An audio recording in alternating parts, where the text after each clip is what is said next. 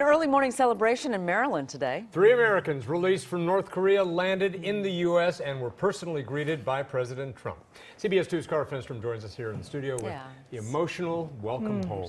Such an amazing turn of events for these men's families. Officials say they're all back in the U.S. and all seem to be in good health, so some great news there.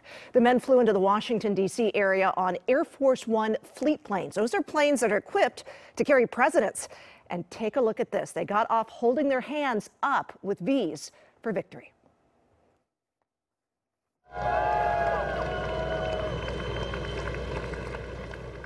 The president and first lady escorted the men off that plane moments before they boarded it and privately welcomed them back inside.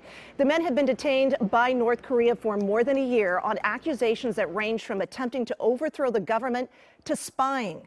Ki-Sang-duk, Kim Hak-Song and Kim Dong-Chul are all Americans. One's a businessman, the other a pastor, a teacher. They have, two of them, strong ties to Southern California.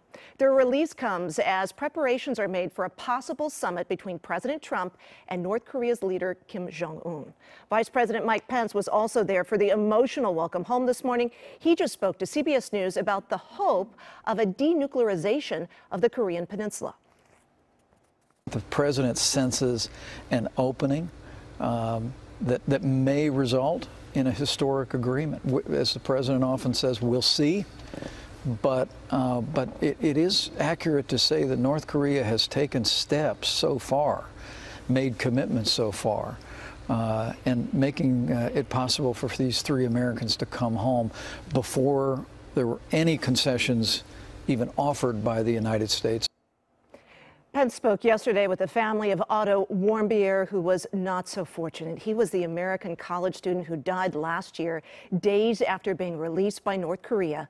Warmbier suffered brain damage induced by torture. He was accused of stealing a propaganda poster.